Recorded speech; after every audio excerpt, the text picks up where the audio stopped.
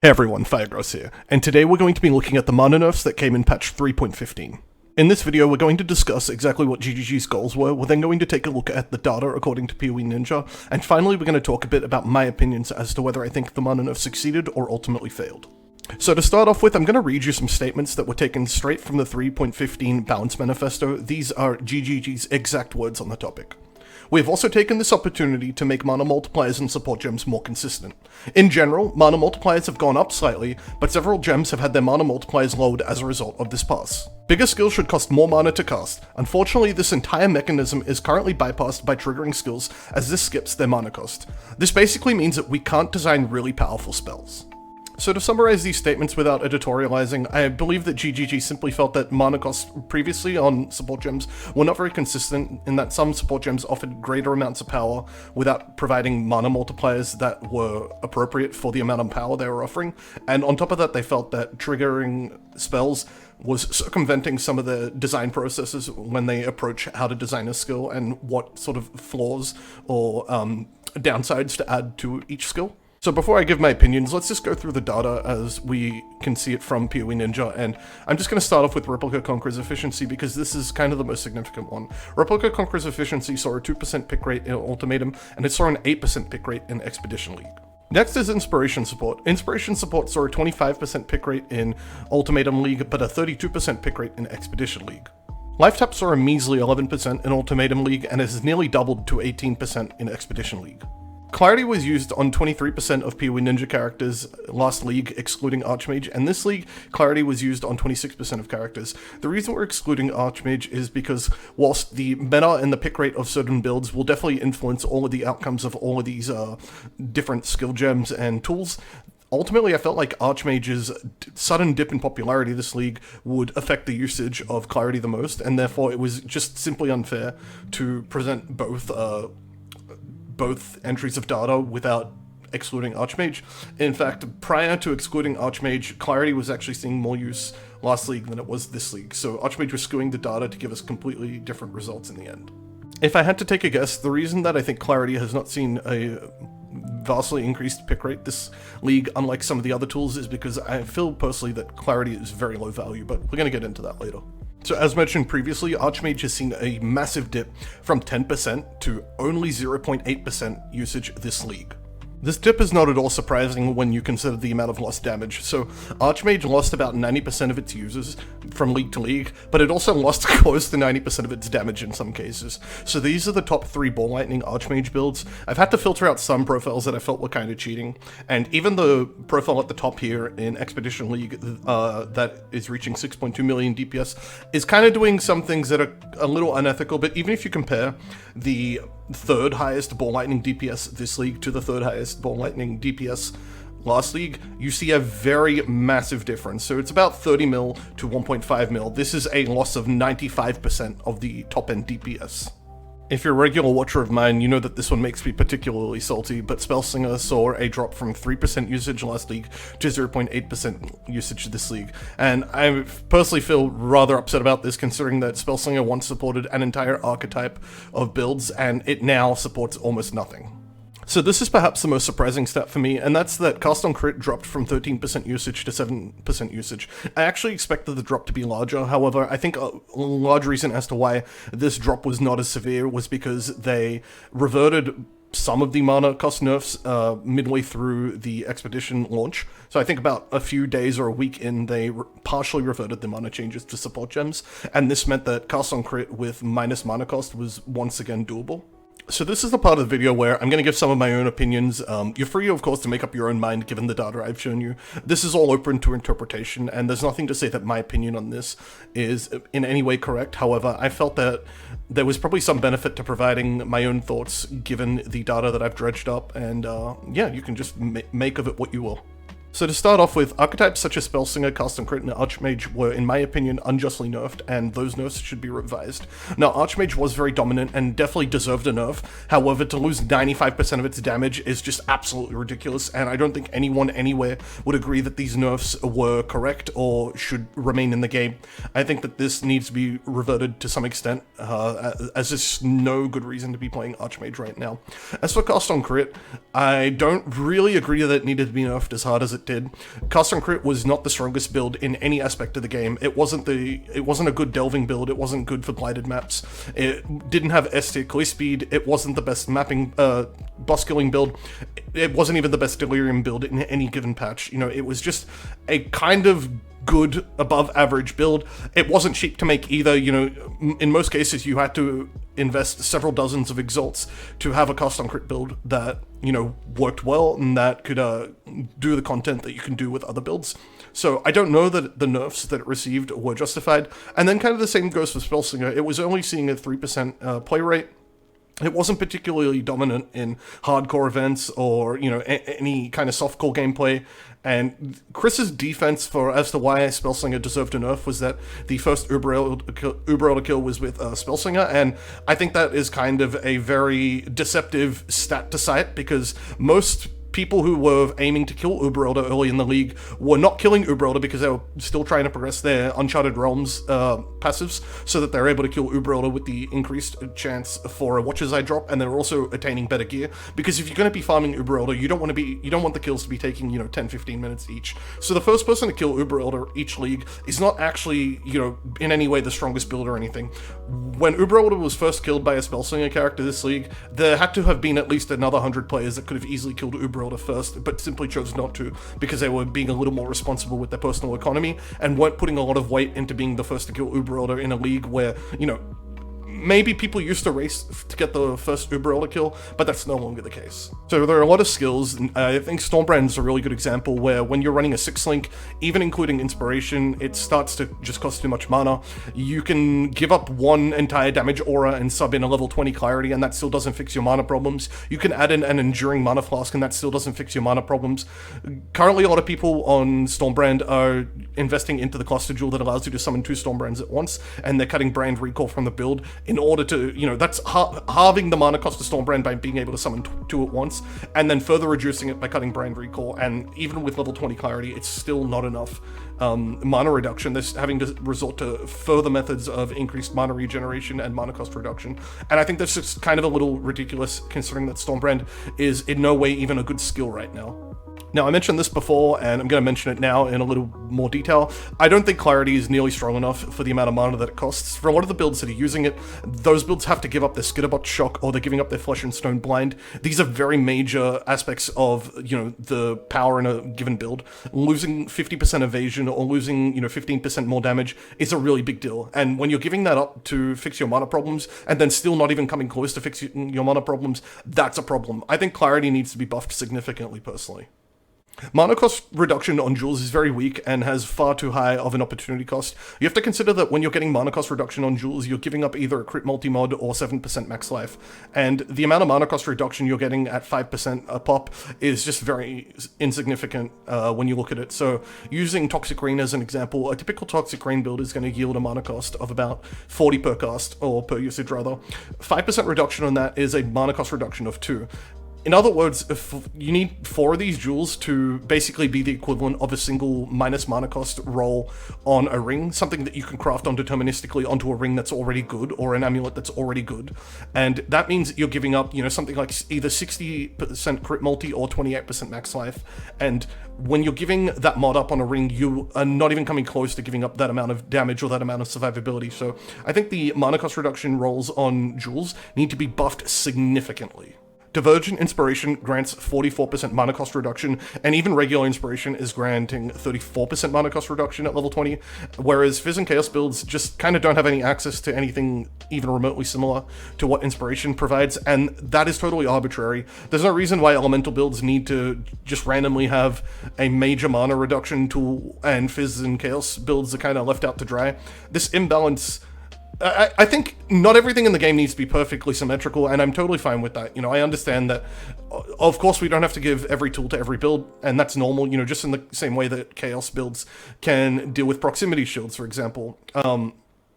But I still think it's a major problem when mana cost is as prohibitive as it is. Mana costs can basically break your build and make them non-functional, and so I think it's really important that if you're going to give such an overpowered tool to elemental builds, that Fizz and Chaos builds have access to something, you know, similar. It doesn't have to be as strong, and it doesn't have to be as accessible, but I think there needs to be something there as opposed to just absolutely nothing.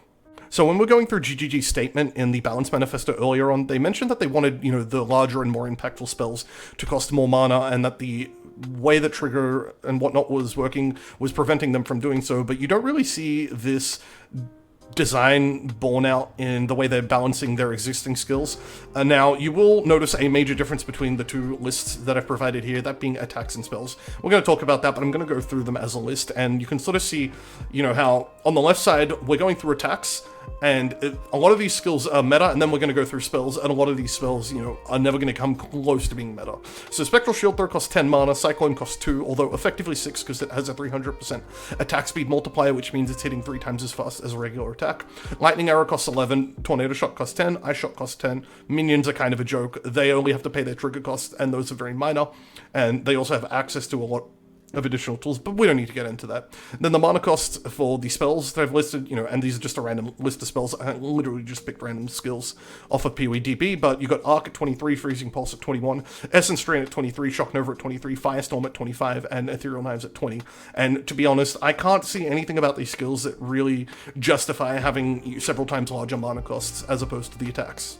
Now, a long time ago, when GGG removed Mana Leech from spells and lowered the amount of access spellcasters had to instant mana restoration, they actually stated that they wanted accuracy to be something that attack-based builds have to overcome, and then they wanted mana costs to be something that spell-based builds have to overcome.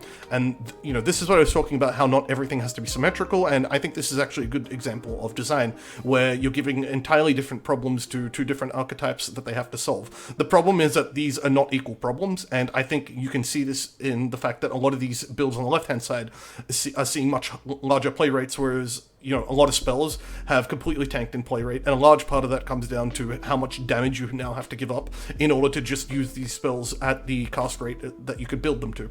And so, when you think about it, really, attack builds are giving up less to solve both accuracy and mana problems compared to what spellcasters have to give up in order to solve just their mana problems.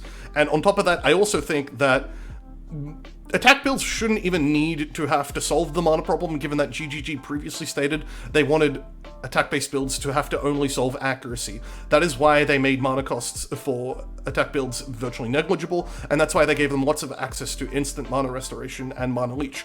They did not want attack-based builds to have to worry about mana because they had to fix their accuracy. They had to give up damage to invest into accuracy, just as how spellcasters had to give up a bit of damage to invest into mana regeneration. So finally, we're going to talk about total mana cost reduction. Now, the amount of mana cost reduction that you can get from your Replica Conqueror's efficiency and then 3 rolls on jewelry, that being 2 rings and 1 amulet, is 30 to 33 total mana cost reduction.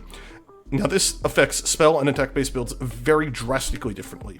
So with attack-based builds that cost 30 to 33, which of course is a number I picked out that kind of makes this argument a lot easier to make, but you can play around with the numbers however you want, as long as you're doubling the cost of spells, because that's what the spells cost compared to attacks, and I'm going to make my point either way, but these are just the easiest numbers to make the point with. So when you have an attack that costs 30 to 33 mana and you apply this total mana cost reduction, suddenly your attack is free, it costs absolutely nothing, you don't have to worry about mana anymore, except for maybe utility skills.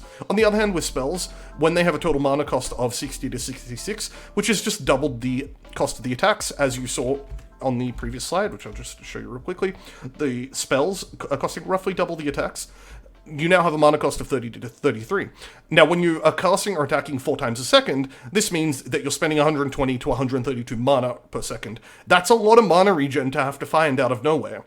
And if you use Clarity as a way of putting this into perspective, on top of having 4 of these total mana cost reduction sources in your build, that being 2 crafts on rings, 1 craft on an amulet, and 1 Replica Conqueror's efficiency, which is giving up a jewel slot, which is giving up 7% max life and potentially up to 30% crit multi, you now also have to fit in a level 20 clarity and 300% increased mana regeneration into your gear. This is a lot. This is basically the equivalent of running mana regeneration essences on your rings and on your amulet, in addition to running a blue pearl amulet and then having to use catalysts on top of all this. This means that you are sacrificing a hell of a lot of power in your build in order to fix this problem. Not every caster build can do this either. So a lot of caster builds use unique rings, they use unique amulets, they don't even have this option to begin with. And on top of this, it's kind of very unfair considering that attack-based builds can fix their mana problems quickly by just paving to a single mana leech point on their tree, and then they can also run cheap amounts of accuracy either on gear or on the tree to solve their accuracy problem. So they're solving their accuracy and their mana problems for a far smaller investment than what casters are solving their mana problems with. So were the mana nerfs ultimately a failure? I'm kind of going to let you decide, but in my opinion, I don't think they were entirely a failure. I also don't think they were a success either. There were some good things to come out of these changes. The increases in usage to life tap, inspiration support, replica conqueror's efficiency. I think these are just positive things on the whole. Whenever a character or a player has to make meaningful choices about whether to take raw damage or quality of life, I think that's a good thing. I think that is an interesting choice, and I think it's really good when you build a character and you can decide that, okay, my character has too much damage, I'm going to shave some of that damage off and make it a little easier and a little more comfortable to play this character. I'm a big fan of that sort of thing. I've never really liked building glass cannons, and so I think these are good for the game. Now, on the other hand, there just aren't enough ways to deal with mana problems in this game at the moment for spellcaster builds. Attack builds have it pretty easy, and you can fix your mana problems with just a couple of nodes on the tree, a jewel, some ring crafts, and usually you don't even need that many, but when it comes to spellcasters, you are investing way too much of your damage, so I have a bunch of POBs for builds that I never actually got around to making, because by the time I fixed their mana problems, it had cost me upwards of 30% of the DPS of the build, and that's just way too high, in my opinion. The choices that spellcasters have just aren't interesting at all. I think that if they buffed the mana cost reduction on jewels, and I think if they buffed the amount of mana regeneration we get from clarity, in addition to nerfing, or rather lowering the mana cost reservation of clarity, that would be a positive thing, and we would kind of have a lot more meaningful choices.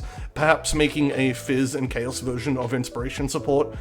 It doesn't have to work as strong, but just something that we can use, something that we can access on those builds to lower mana costs. I think they would be really good and a step in the right direction. It would probably alleviate the need to go and completely rebalance the mana cost of skills, because there are still a lot of skills in the game which have mana costs that just aren't warranted. You look at Firestorm and it has a base mana cost of 25, and there's just no reason for that. Firestorm is one of the weaker skills in the game.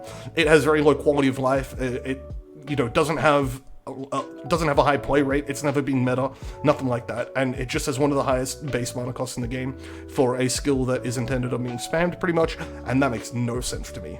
Overall, the big failure for me were the archetype nerfs, and those are kind of inexcusable.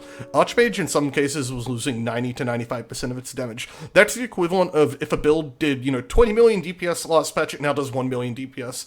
That's just crazy. That is absolutely crazy to have such a large difference, and there's no way that couldn't have been solved with even 5 to 10 minutes worth of testing. This to me proves that literally no testing was done for some of these changes, because it would take all of exactly 5 minutes to figure these problems out. And in fact, a lot of people figured these problems out before the changes even went live and tried to sound the alarm, and they were ignored. When you look at Cast on Crit, I voiced my concerns on that already. There was no reason for it to be hit as hard as it was. Now, obviously, I understand that GGG, on principle, kind of want to make it so that triggering spells has to cost mana, right? Because they don't want using triggers as a way of circumventing large mana costs. It means that in the future they're going to be able to design really powerful spells that have really large mana costs, and you can't just get around that by triggering the spell. That's understandable, but perhaps they needed to buff Cast on Crit in other ways, because I played one Cast on Crit build off stream this league, and it was kind of not that great, right? Cast on Crit was already only an above average build. As I mentioned before, it wasn't the best in any way.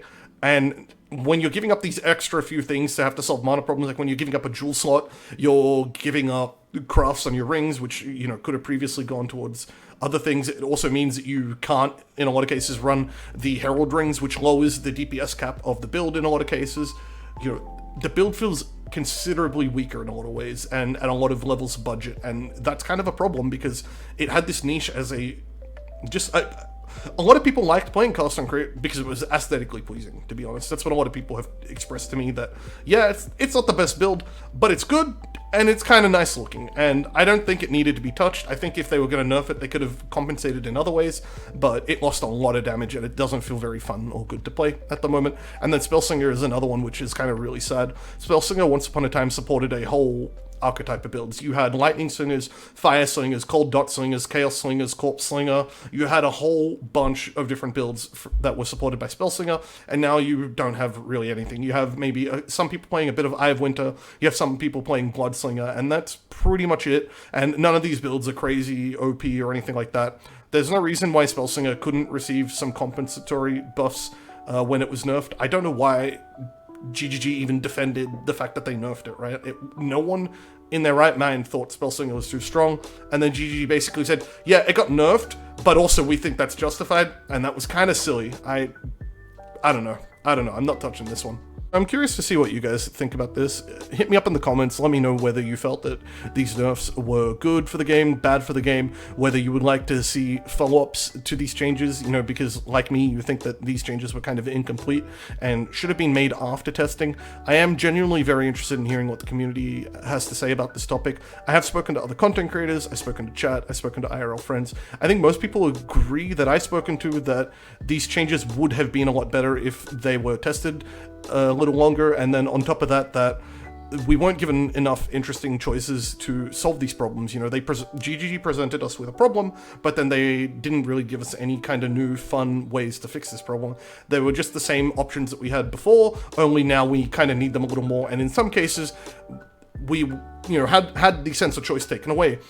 Before, on Stormbrand, for example, you actually had the option of giving up some damage for some extra usability. You could invest in a low-level clarity and some other mana regeneration on the tree, and that allowed you to just kind of like mindlessly spam your Stormbrand versus having to use Stormbrand a little more conservatively. And now you just don't have the option for that. You have to invest into absolutely everything that you have available to you in terms of lowering your mana costs and increasing your mana regeneration, and that feels a lot less fun because now there's no choice, whereas previously we actually had that choice, and that choice was a meaningful one. You had a viable decision between raw damage or quality of life, and now that was taken away, and I believe the goal of these changes was to give us that option. So I definitely feel that a lot of these things need to be looked at, but I'm very interested in hearing what you guys have to say about this. If there are any examples that you think are particularly egregious, you've played a build where you feel like the mana costs are really imbalanced and need a second look at, please tell me in the comments below. I'd love to hear. You know, I will get the word out. You know, maybe eventually it reaches GGG, we can see something changed about it. As usual, if you like this video, give me a like, comment, and subscribe, and I'll catch you guys in the next one.